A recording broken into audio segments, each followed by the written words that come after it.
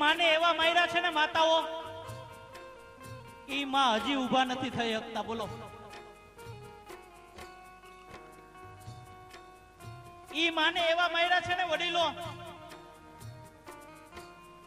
ઈ માં હજી ઊભા નથી થઈ શકતા. હો,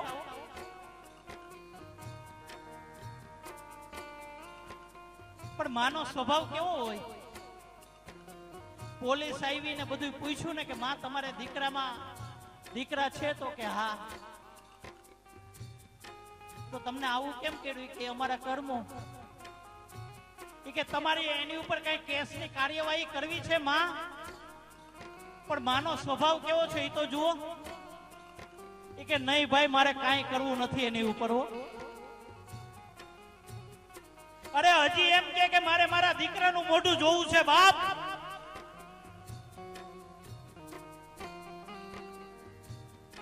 ઈ માને એટલી મારી હતી ને તોય હજી એની આશ્રમ ની અંદર એમ કે હજી મારા સંતાનનું મોઢું જોવું છે મારે બાપ. એને તમે પૂછો ને કે માં તમારી છેલ્લી ઈચ્છા શું છે માં? ત્યારે એમ કે ભાઈ મારી છેલ્લી ઈચ્છા એક જ છે કે મારે મારા દીકરાઓનું મોઢું જોવું છે.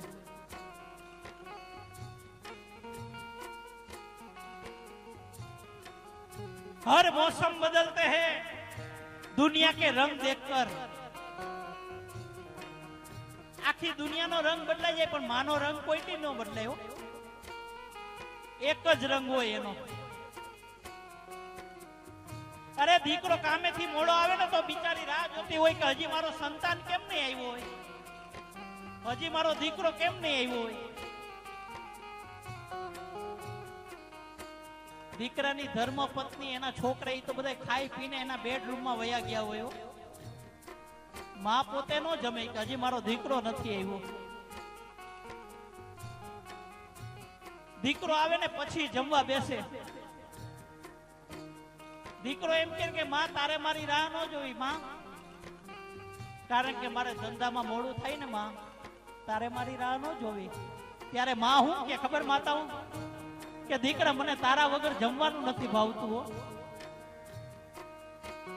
આ માનું પાત્ર છે. हर मौसम बदलते हैं दुनिया के रंग देखकर. हर मौसम बदलते हैं दुनिया के रंग देखकर,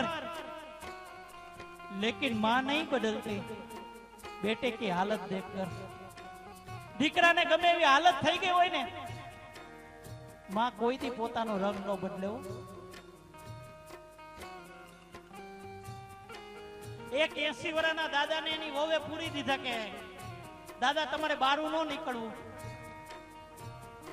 અને દાદાને કાંઈ પણ કામ હોય ને માતાઓ ત્યાં એક ઘંટડી બાંધી હતી, વગાડે ને એટલે તરત જ એને જમવાનું દેવામાં આવે, પાણી દેવામાં આવે. ઘંટડી વગાડે એટલે બધું કામ કરવામાં આવે. હો,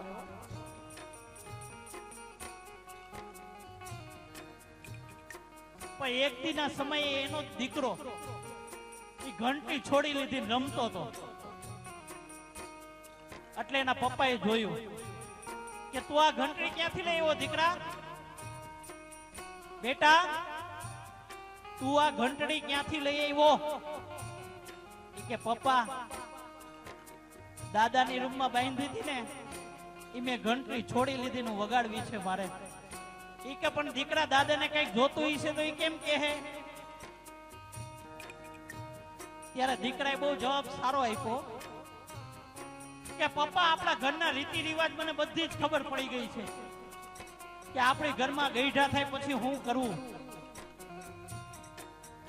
આનો આ સંતાન જેવું જોશે ને એવું કરશે. પપ્પા મારી વહુ આવશે ને એટલે તમે મોટા ઉંમરના થશો, તમે ને મારા મમ્મી, પછી તમને પણ આ દાદાની જેમ હું એક રૂમમાં પૂરી દઈશ અને ઘંટડી બાંધી દઈશ. તમારે કાંઈ પણ જોતું હોય ને તો ઘંટડી વગાડજો એટલે હું આપી જઈશ, મારી વહુ આપી જાહે. અને દાદા આમ જોર જોરથી ઘંટડી વગાડતા ને પપ્પા એટલે મેં કાઢી લીધી, કારણ કે ઘંટડી તૂટી જશે ને પપ્પા તો તમે જયારે ગઈઢા થાઓ ને ત્યારે નવી ઘંટડી ન લેવી પડે ને એટલે મેં ઘંટડી કાઢી લીધી. હો, તો એના બાપને આમ બુદ્ધિ શાનમાં આવી ગઈ કે હું જે કરી રહ્યો છું ને એ ખોટું કરી રહ્યો છું. કારણ કે તમે જો તમારા મા બાપની સેવા કરશો ને તો કિસ્મત તેરી અચ્છી હે તો લક્ષ્મી તેરી દાસી હે. તમે જો તમારા મા બાપની સેવા કરશો ને એટલે તમને ખબર નહીં પડે ને ત્યાંથી લક્ષ્મી મળશે. આવું આવો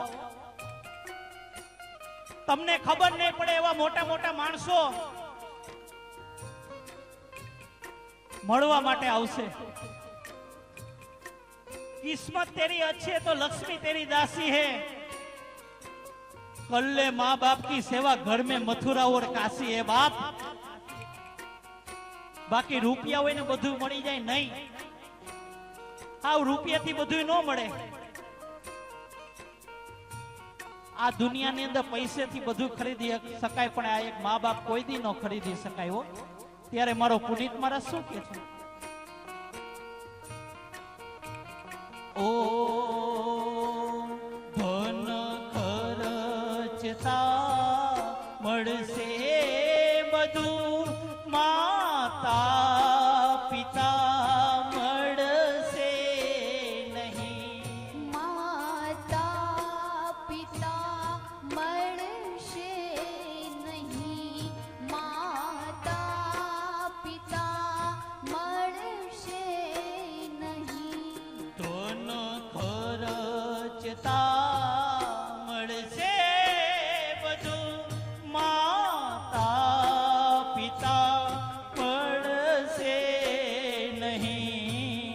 પલ પલ પુનિતના ચરણની પલ પલ પુનિતના ચરણની એ ચાના ભૂલશો નહીં.